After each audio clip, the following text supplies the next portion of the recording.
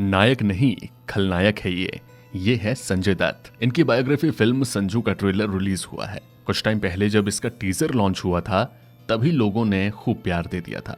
बहुत ही इंटरेस्टिंग कहानी संजय दत्त के पूरे जीवन की। यहाँ तक कि बॉलीवुड के कई एक्टर्स मान चुके हैं कि अगर जिंदगी किसी ने जी है तो संजय दत्त ने जी है, किसी और ने नहीं। पर आइए जरा सुनाते हैं आपको संजय दत्त की बिगड़ैल गाथा।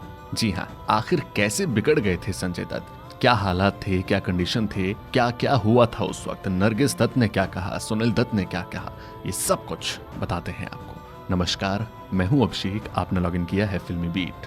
असल में संजय दत्त नायक और खलनायक इन दोनों के बीच फंसे रहे। कभी नायक कहलाए तो कभी खलनायक कहलाए। इसीलिए तो टीजर ट्रेलर में दिखता है अपना लाइफ कभी अप कभी डाउन। ड्रग्स लिया, महंगे होटलों में भी रहा और जेल में भी, घड़ियां भी पहनी, हथकड़ियां भी पहनी, 308 गर्लफ्रेंड थी और एक AK-56 राइफल। ये सारी बात संजय दत्त के जीवन से जुड़ी है। लेकिन वो नरगिस जो मदर इंडिया में गलत काम करने वाले अपने बेटे बिरजू को गोली मार देती है, वो असल जीवन में तो गोली मार नहीं सकती। वो केवल पर्दे की बातें होती है। 29 जुलाई 1959 को संजय के पैदा होने के बाद नरगिस ने कभी सोचा ही नहीं था कि उनका दुलारा बेटा जिंदगी भर किन किन आड़े तिरछे रास्तों से गुजरने वाला है। लेकिन ये खलनायक दिल का बड़ा अच्छा भी है। एक टीवी शो में संजय दत्त की आपा जाहिदा ने एक किस्सा सुनाया था कि संजय दत्त दिल का बहुत अच्छा रहा। एक बार नरीमन पॉइंट पर ड्राइवर कासिम भाई ने सड़क पर गाड़ी के पास बार बार घूमते एक बच्चे को तमाचा लगाया तो गाड़ी से घर लौटते हुए संजू बाबा खूब रोए। हमें गाड़ी वापस लेनी पड़ी, उस बच्चे को दूध की बोतल दिलाई, तब जाकर संजय दत्त चुप हुए। वहीं पर एक रेडियो इंटरव्यू में नरगिस ने बताया था कि संजय के पैदा होने के बाद मैं जब शूटिंग के लिए जाती तो वो रोने लगता। स्टूडियो में मैं भी फिक्रमंद रहती कि वो ठीक तो होगा, इसीलिए मैंने फिल्म इंडस्ट्री छोड़ने का फैसला लिया। पर कैसे हुई संजू के बिगड़ने की शुरुआत? दरअसल सुनील दत्त एक किस्सा कई बार सुना चुके हैं।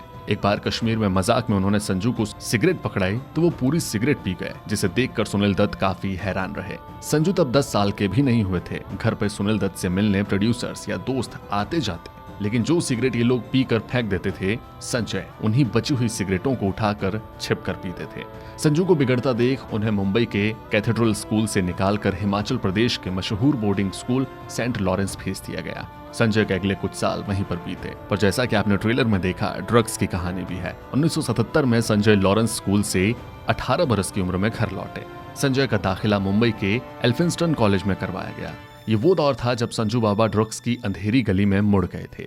उन्होंने एक इंटरव्यू में बताया था कि वो अपने कमरे में बंद रहते थे। नरगिस को शायद अंदाजा था कि बेटा ड्रग्स लेने लगा है, लेकिन उन्होंने इसका जिक्र सुनील दत्त से नहीं किया, क्योंकि माँ होती है। और इस तरीके से संजय ड्रग्स के नशे में घिर चुके थे। सुनील दत्त ने बहुत कोशिशें की संजय की याद छुड़वाने की, पर संजय इसे छोड़ नहीं पा रहे थे।